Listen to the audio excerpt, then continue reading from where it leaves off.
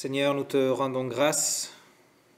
Nous te rendons grâce parce que tu t'es révélé, tu nous as donné cet évangile qui est lumière pour nous, qui nous donne la foi, qui nous fait vivre éternellement, qui nous donne la sagesse, qui nous donne l'espoir, qui nous donne la confiance. Seigneur, sois avec nous, que ton Saint-Esprit nous guide, qu'il éclaire nos pensées et nos cœurs pour que cette parole que nous allons partager fasse ta volonté dans chacun de nous. En Jésus-Christ, nous prions. Amen. Veuillez vous asseoir.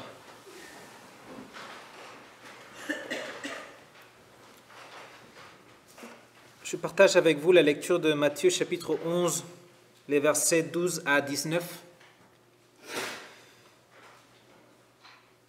Depuis le temps de Jean-Baptiste jusqu'à présent, le royaume des cieux est forcé, et ce sont les violents qui s'en emparent.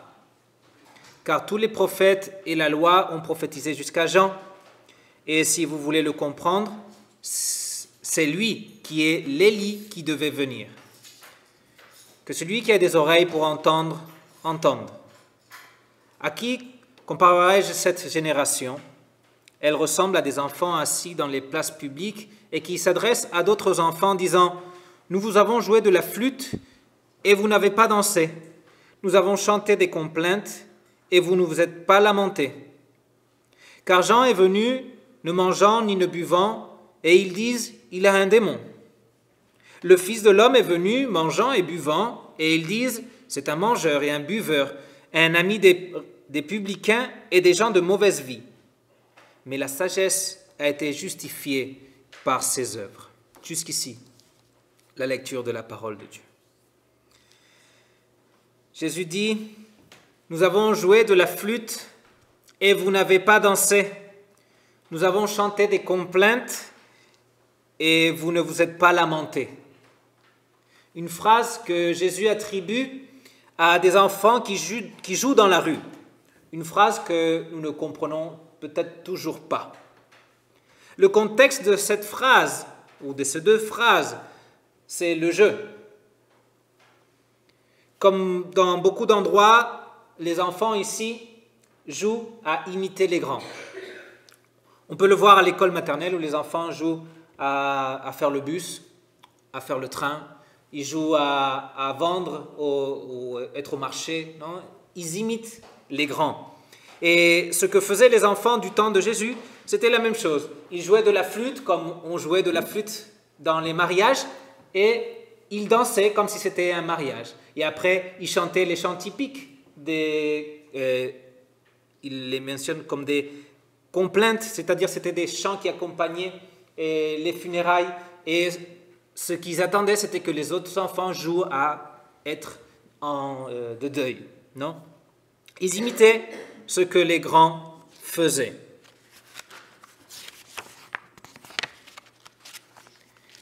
On suppose que si des enfants jouaient avec la flûte des mélodies de fête de mariage, les autres enfants devaient danser au son de la musique ou simuler peut-être un mariage entre eux. C'est comme si aujourd'hui un enfant disait « J'ai apporté un ballon et personne ne veut jouer. » C'est comme si quelqu'un de plus grand disait « J'ai apporté des jeux de société, mais vous choisissez de ne pas jouer, de rester dans vos portables tout le temps. » Jésus compare sa génération à ces enfants qui ne réagissent pas. Une génération qui ne réagit pas comme on espère. Quand on apporte une boîte remplie de jouets à un groupe d'enfants, généralement, tous les enfants vont vers les jouets. Ils se précipitent sur les jouets, ils veulent les jouets. Si un des enfants reste dans son coin et qu'il ne cherche pas un de ces jouets, on pense qu'il y a quelque chose qui ne va pas bien. On va le chercher, on va essayer de parler avec lui, essayer de comprendre qu'est-ce qui lui est en train de se passer. Jésus est en train de dire, qu'est-ce qui se passe avec vous ? Qu'est-ce qui se passe avec vous qui ne réagissez pas comme on l'attend ? Et bien sûr, Jésus ne parle pas de jouer ni de jeu, sinon du salut. Jésus parlait aux pharisiens et il leur disait que la loi et les prophètes arrivaient jusqu'à Jean-Baptiste. La loi et les prophètes est une référence à l'Ancien Testament, on en a parlé la semaine dernière. La loi et les prophètes est une référence à la révélation de Dieu. Ce que Jésus leur disait était que Jean faisait partie de ces prophètes, de ces messagers, de ceux qui proclamaient le message de l'Ancien Testament. Il l'appelait à la repentance. Les pharisiens devaient se repentir car le royaume des cieux était proche. Depuis la chute d'Adam et Ève, en passant par tous les prophètes, Dieu annonçait la venue du royaume des cieux et qu'il fallait se repentir pour que Dieu pardonne leurs péchés. Qu'est-ce qui a changé après Jean-Baptiste? Le message, à partir de là, n'était plus que le royaume des cieux était proche, sinon que le royaume des cieux était arrivé et qu'il fallait se repentir pour le pardon des péchés. Cela n'a pas changé, ça restait toujours le même message. Jusqu'à Jean, on parlait de la venue du Christ. Après Jean, on commença à parler de l'arrivée du Christ. Et Jésus confronte les pharisiens en leur disant « Nous avons joué de la flûte et vous n'avez pas dansé. Nous avons chanté des complaintes et vous ne vous êtes pas lamentés. Vous n'avez pas réagi. Vous n'avez pas réagi au message de la loi et des prophètes. Vous n'avez pas réagi au message de Jean.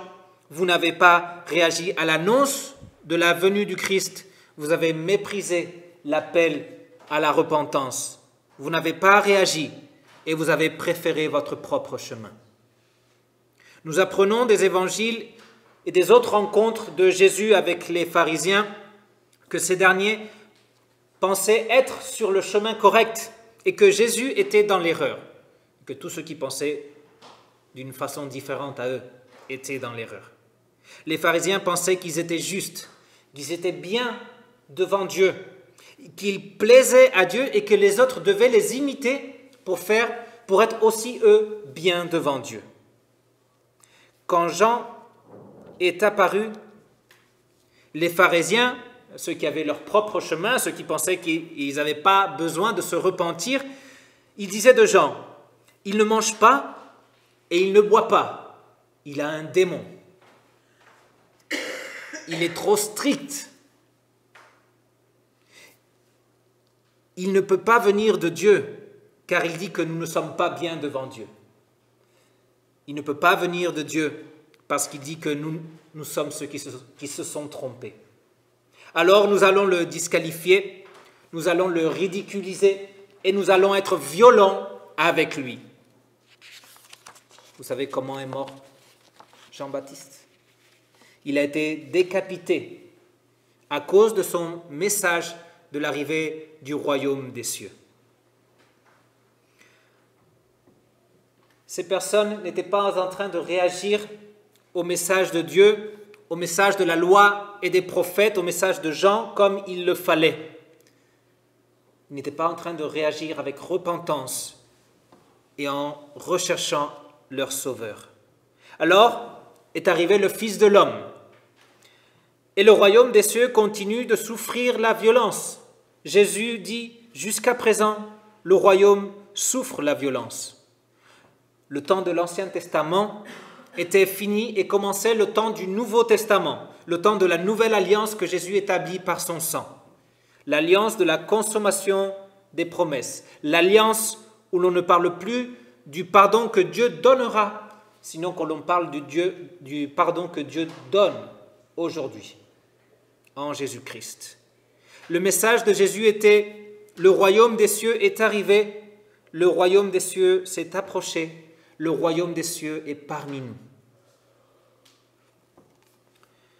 Par la proclamation de l'Évangile, par la proclamation de la grâce, par la proclamation de la consommation des promesses et des prophéties, Jésus recherche la repentance pour le pardon des péchés et le salut.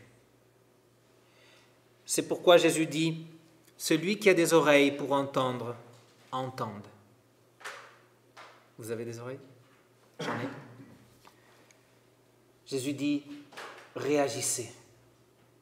Nous avons joué de la flûte, dansé. Nous avons chanté des complaintes.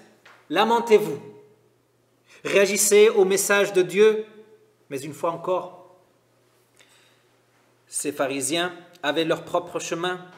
Ils pensaient que les choses se faisaient à leur façon et que Dieu devait s'adapter à leur façon de penser.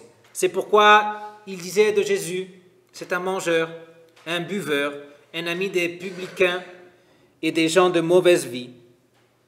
Il est trop libéral. La question était de disqualifier, de le ridiculiser, d'être violent avec lui. Jésus est mort, crucifié. Vous vous en souvenez? Celui qui a des oreilles pour entendre, entende. Jésus veut qu'il réagisse. Vous entendez? Vous comprenez le message? Ne l'ignorez pas. Ne dites pas « ça n'a rien à voir avec moi ». Ne pensez pas que ce message c'est pour les autres. Ne réagissez pas avec indifférence, ne réagissez pas avec violence, ne réagissez pas comme Dieu, mais réagissez comme Dieu veut que vous réagissiez, avec repentance.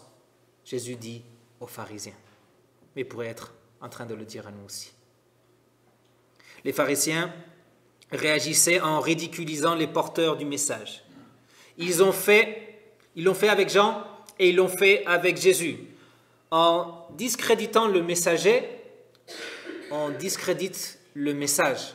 Ça, vous le saviez.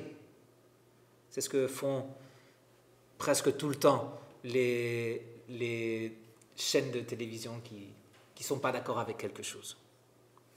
En discréditant le messager, on discrédite le message et on réussit à faire douter à ceux qui l'entendent. C'est quand les choses ont commencé à tourner mal que Jésus est resté seul. Beaucoup de ses disciples l'ont abandonné.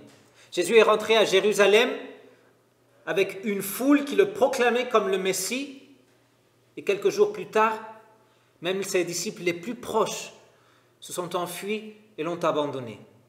Ils l'ont renié. La violence dont souffre le royaume des cieux fait que beaucoup sont ceux qui doutent de rester sur le chemin. L'intention du diable, lorsqu'il provoque cette violence contre le royaume des cieux, c'est justement que les indécis s'éloignent de Dieu. Jésus veut que les chrétiens réagissent, qu'ils sachent ce qui est en train de se passer, qu'ils agissent selon la foi. Aujourd'hui, nous célébrons 502 ans de la Réforme. Ce sera le 31, c'est pas aujourd'hui. Aujourd'hui, c'est la fête de la Réforme. À cette époque, l'évangile de Jésus-Christ était dans l'oubli, il n'était pas proclamé, il n'était pas annoncé et il n'était pas vécu. Luther et les autres réformateurs ont redécouvert le trésor de l'évangile et ils ont commencé à l'annoncer, à l'enseigner au peuple et à le vivre eux-mêmes. Ils ont réagi au message de l'évangile. Mais comment ont réagi les autres envers eux? Avec de la violence, incluant la violence physique. Beaucoup sont ceux qui ont souffert le martyre pour l'évangile de Jésus-Christ. Il y a eu de la violence aussi en cherchant à ridiculiser les réformateurs et tous ceux qui écoutaient l'enseignement de la réforme. Vous saviez que luthérien, c'était une insulte.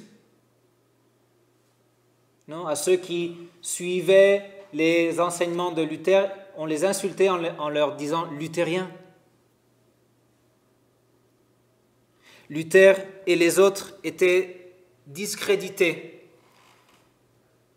Il était possédé par un démon, disait-on à l'époque.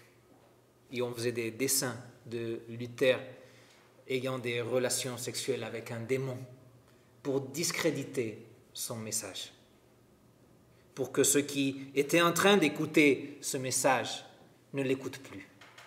À la fin du texte de l'évangile d'aujourd'hui, Jésus disait « La sagesse a été justifiée par ses œuvres ou par ses enfants » dans d'autres versions. Qu'est-ce que cela veut dire? Le fait qu'il y ait des croyants, malgré la violence qui est exercée contre l'évangile, cela témoigne que l'évangile est la sagesse de Dieu. Cela manifeste que c'est le message de Dieu et non un message qui a été inventé par des êtres humains. Les apôtres étaient prêts à souffrir le martyre pour ce message de l'évangile. Si c'était un mensonge, ils ne seraient pas allés si loin. Le fait qu'ils aient défendu le message jusqu'au martyre est une évidence aussi de sa véracité. La même chose est arrivée au temps des réformateurs. Dire à cette époque qu'on était d'accord avec les enseignements de la réforme, c'était quelque chose de risqué. En Allemagne, il y avait la protection des princes, mais au-delà, non.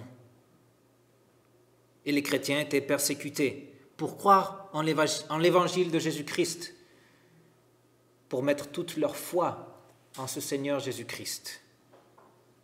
Celui qui a des oreilles pour entendre, entende. On entend jouer de la flûte et on attend que nous dansions.